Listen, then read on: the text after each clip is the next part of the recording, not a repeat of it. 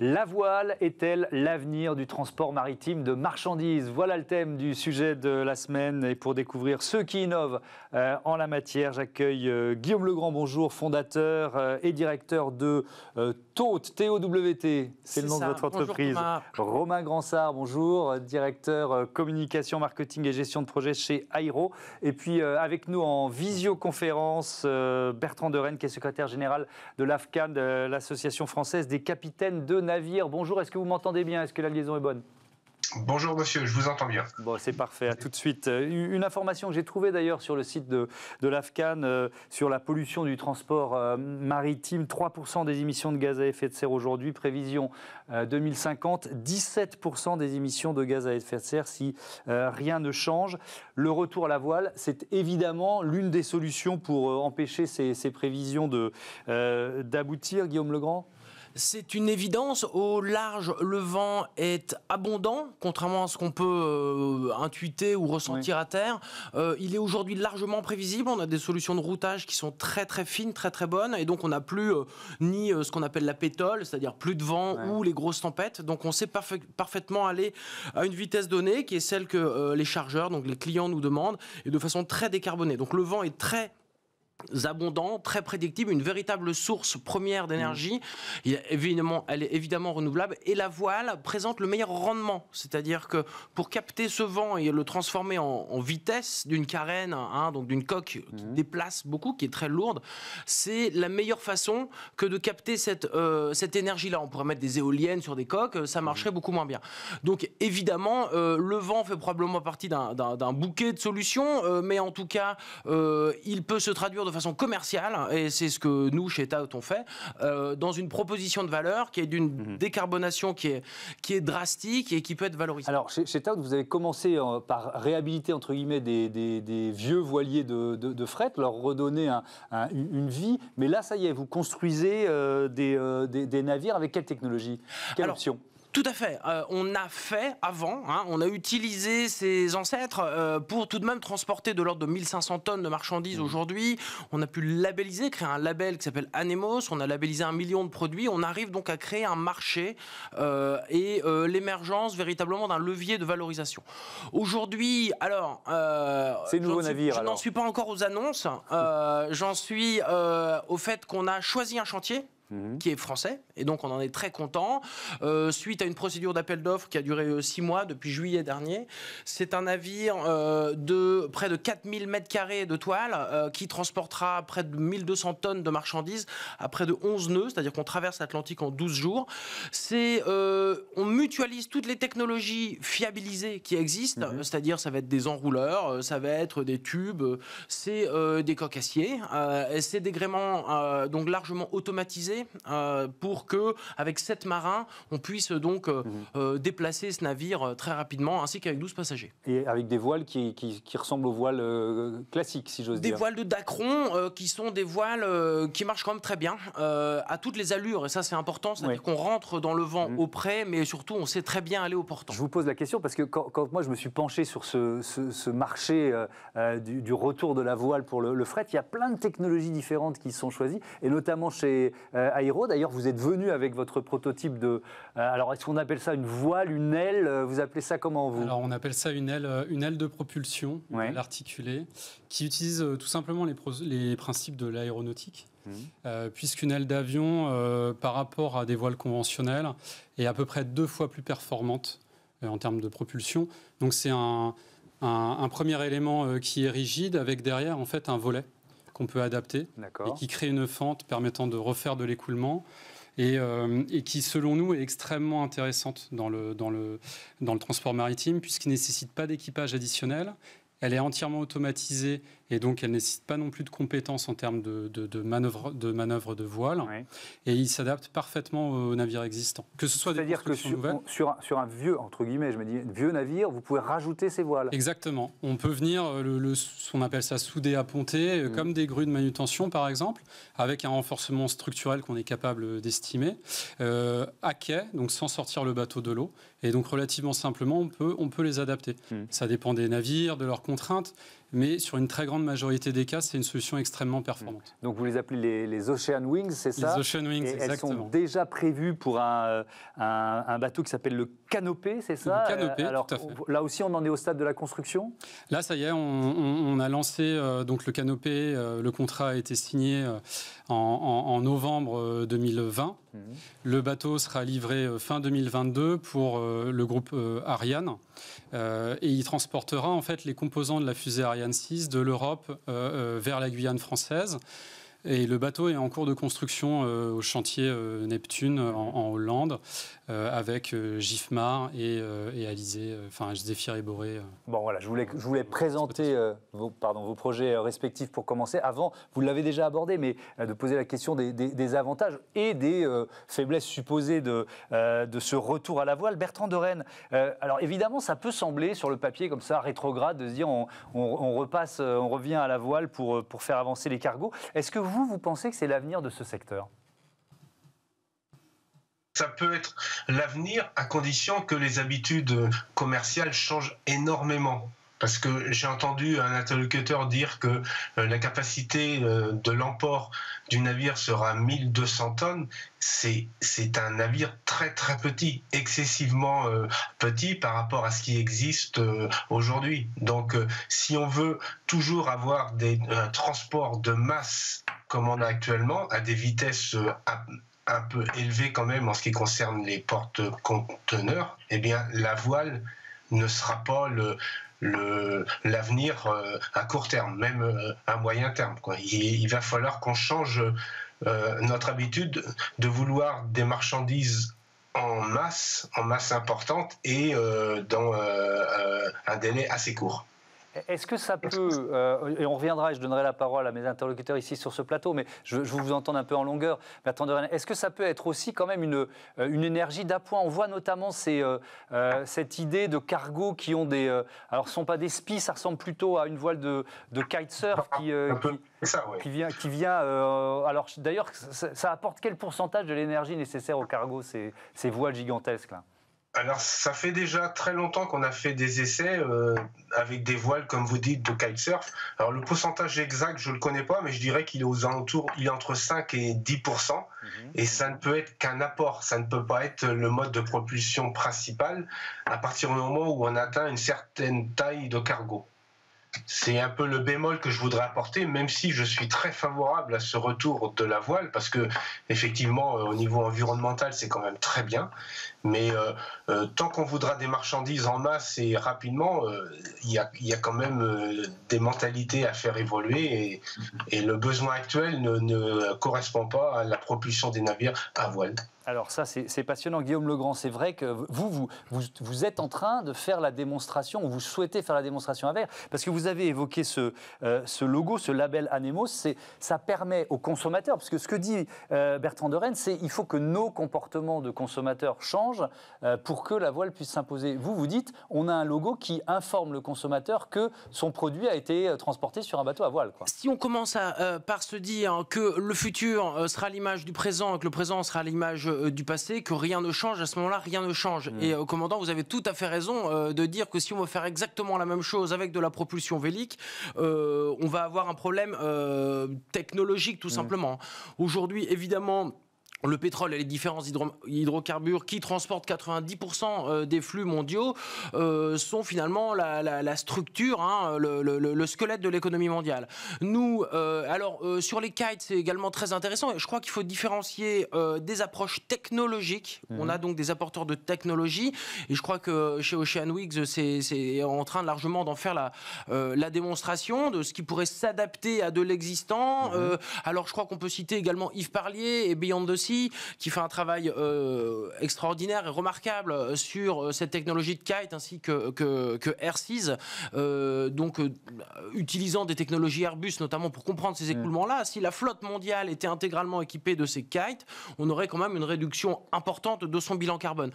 5 à 10% d'économie de carburant, c'est ça à peu près ? Il faudrait demander à Yves Parlier. Effectivement, on lit 5 à 10%, on lit 15% parfois. Ça dépend des allures, on le comprend. C'est déjà important. Des angles du vent. Donc voilà, il y a effectivement, on pense qu'il faut aussi l'installer, mettre un treuil, probablement un technicien, mais c'est pas mon sujet. Il y a une approche qui est technologique, on le comprend, donc on va trouver des technologies afin de marginalement baisser les émissions, puisque donc des chargeurs, des industriels choisiraient de le faire, ou il y a une approche de marine marchande. Et c'est la nôtre, c'est de dire où est la valeur. Aujourd'hui, est-ce qu'on peut transporter des produits avec un taux de fret, donc un coût du transport qui sera un peu différent de ce qui se fait dans l'industrie, on va dire carbonée, classique, conventionnelle. On n'est pas en train d'attendre une réglementation internationale ou des incitations qui viendraient dans cette flotte-là, qui est très largement dérégulée, qui continue d'avoir finalement cette capacité commerciale sur les mers.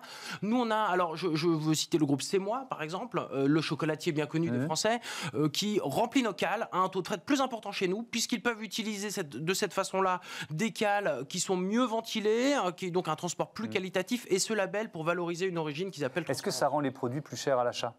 Pas nécessairement. Pas nécessairement, ça accompagne un positionnement commercial d'un producteur de cognac, de champagne. Le groupe Belco, qui fait des grandes origines de café et qui les source dans les grands pays, qui accompagne un mouvement dans le café de boire de la grande qualité, par exemple, de plus en plus et moins de quantité, se rend compte qu'en fait c'est très intéressant pour eux. Donc effectivement, il s'agit d'aller toucher des générations plus sensibles à cette transparence-là et utiliser des leviers commerciaux. Bien compris. Romain Gansart, je rebondis sur ce que disait Bertrand de Rennes. Alors c'est vrai, vous avez donné le chiffre. Aujourd'hui, c'est 90% des marchandises dans le monde qui transitent par la mer. Donc l'enjeu, il est évidemment énorme. Mais avec le tonnage, pardon, je suis un béotien, mais de vos bateaux, vous ne pouvez pas, de vos bateaux à voile, vous ne pouvez pas fournir la réponse pour 90% des marchandises qui sont transportées aujourd'hui. Ça peut, ou alors dans quoi ? Alors on se projette en 2040 dans cette émission. On pourra y être ? Alors, le transport maritime, effectivement, c'est 9 objets sur 10 qui est transporté avec le transport maritime. Ça reste quand même le moyen le plus performant. C'est 60 fois moins d'émissions de carbone que le transport aérien, par exemple. Mais c'est un gros pollueur. C'est 1 milliard de CO2 par an. Ça représente à peu près le pays de l'Allemagne. Maintenant, quand on regarde les technologies, si on regarde ce qui est intéressant, c'est de trouver les solutions du futur, en fait. Ce qui existe aujourd'hui sur tout ce qui a été mis en place, que ce soit de l'optimisation de coques, de l'air lubrification, etc., c'est des choses qui existent. Mais on voit très bien que même en les combinant, on ne dépassera pas 10%.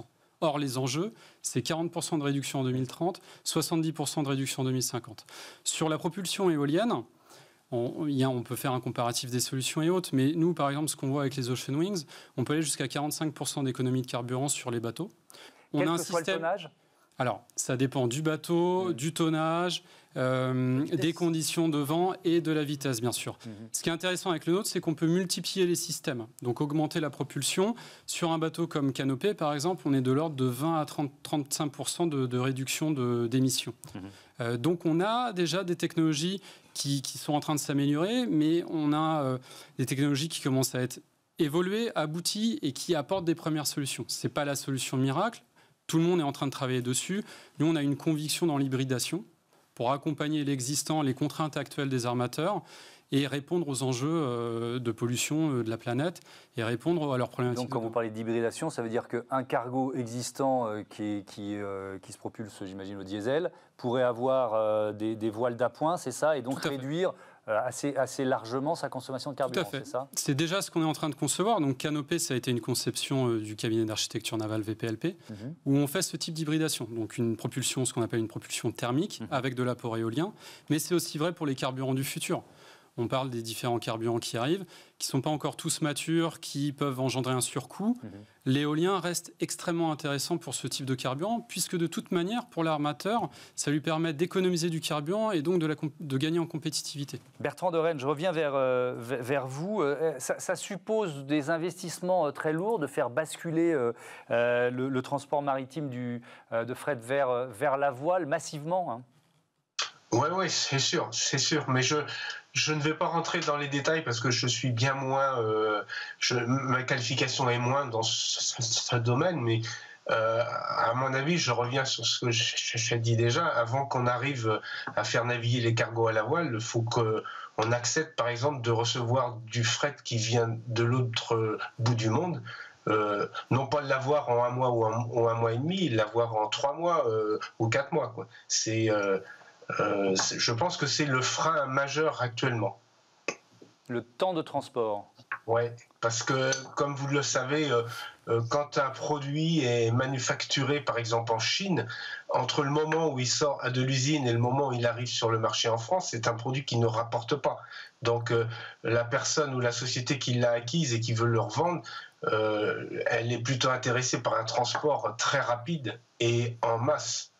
Donc je pense que le frein majeur, pour moi, peut-être que je me trompe, mais je pense que le frein majeur n'est pas la technicité des matures, des gréements monumentaux qu'on va devoir mettre sur les cargos, mais c'est surtout le mode de vie actuel, l'exigence qu'ont les intervenants dans le commerce international. Oui, et au bout de la chaîne, notre exigence de consommateur, effectivement, qui souvent veut que tout soit disponible en un clic et livré dès le lendemain, si ce n'est pas possible dans la journée même. Alors, je voudrais vous entendre là-dessus, sur cette question du temps de transport, parce qu'évidemment, c'est majeur. Tout à fait. Si on considère toutes les marchandises qui sont transportées sur les mers, il est clair que différencier, valoriser est difficile. Hein, des chinoiseries, comme on dit, il est difficile d'en réduire le transit time, puisqu'effectivement l'équilibre est purement économique, d'essayer de baisser les coûts et d'avoir un temps de retour le plus rapide possible. Et en ça, donc, le commandant a tout à fait raison. J'essaie de bien vous comprendre. C'est-à-dire, sur ce marché-là, avec vos technologies, vous n'êtes pas compétitif sur le temps de transport. De 78 mètres qui transporte 1000 palettes de cognac, par exemple, ou 1000 palettes de cacao. Je vais prendre l'exemple de la route de New York. On le parcourt en 13 jours contre un transit time dans le conventionnel qui est de 9 jours. Donc on se rend compte qu'en fait, on n'a pas quelque chose qui est critique. On n'a pas quelque chose qui est fondamental en termes d'équilibre d'un produit spécifique que certains de valeur ajoutée qui veut lui-même se positionner sur un marché par une stratégie spécifique. Alors, il y a le transit time et le lead time, c'est-à-dire qu'on va rajouter le temps de transport maritime pur au temps de l'acheminement, du chargement, le temps où les conteneurs restent sur les terminaux. Et on se rend compte qu'auprès de nos chargeurs, je prends l'exemple là depuis Abidjan, par exemple, le groupe C'est Moi aujourd'hui a des lead time de l'ordre de 27 jours. Nous, on leur propose des lead time de l'ordre de 21 jours, parce qu'en fait, le transit time est quasiment celui du lead time, parce qu'on peut tout de suite décharger, tout de suite mettre à la circulation les produits. Donc en fait, on a à la fois des produits qui peuvent être transportés dans une meilleure qualité, dans des temps de transit finalement comparables, marginalement moins bons, mais regardez les voitures électriques. C'est pas de 1 à 3 mois. C'est pas de 1 à 3 mois. Pas du tout. C'est plus du tout au Magellan, le Scorbut, tout ça, etc. On n'est pas du tout dans un... notamment pour des raisons de routage et de meilleure connaissance, et puis pour la performance des navires, tout simplement, on est sur des choses qui sont assez marginales. Qui sont, voilà. Sur notre décarbonation, nous, on garantit plus de 95%. Par rapport à un navire de jauge équivalente ou par rapport à la flotte existante. Donc on est tout le temps à la voile et c'est aussi ça qui importe pour les clients. Et puis alors justement, moi le levier sur lequel je voudrais qu'on termine, Romain Gansart, c'est le levier des consommateurs. C'est-à-dire que la pression des consommateurs, elle est de plus en plus forte. Donc on peut imaginer que la chaîne qui amène à remplir un bateau, à le faire traverser un océan le plus vite possible, etc., elle va tenir compte de cette demande des consommateurs et donc l'importance d'un transport à la voile. Exactement. L'objectif à terme, c'est être capable de consommer localement, de consommer avec de la conscience environnementale. On voit très très bien par rapport à nos besoins du quotidien que ça va prendre du temps. D'être capable d'avoir ce système, cet écosystème performant environnementalement. En attendant, c'est comment est-ce qu'on peut faire pour que les choses changent. Donc il y a le côté réglementaire, éventuellement des taxes carbone. L'Organisation maritime internationale est en train de mettre des réglementations à respecter, donc de la contrainte. Faire des économies de carburant pour les armateurs avec ce type de système. Donc ça, c'est pour les aider à le faire. Mais le plus important, c'est le consommateur final. Avoir de la pression, avoir des labels environnementaux pour pousser les affréteurs, les logisticiens, les armateurs, les industriels à avoir aussi une logistique verte dans leur approche. Oui, et avec peut-être des secteurs de consommation, d'activité qui vont vouloir être un peu les pionniers en la matière. Est-ce que vous pariez là-dessus, en quelque sorte ? Oui. Nous, on accompagne sur ce défi. On voit que parmi les pollueurs, on a à peu près tous les secteurs de transport maritime. Les secteurs dont on parle, ça va surtout être par exemple, les porte-conteneurs, quand on parle des grands groupes qui permettent de livrer nos achats sur Internet et autres. C'est des transports qui sont très intéressants parce que c'est des transports qui se déplacent rapidement. donc qui polluent pas mal et qui ont aussi beaucoup de contraintes en termes de temps de livraison aujourd'hui. Quand on apporte des propulsions auxiliaires en utilisant justement l'éolien, on leur permet de faire des économies significatives et donc de répondre aux attentes du consommateur de demain.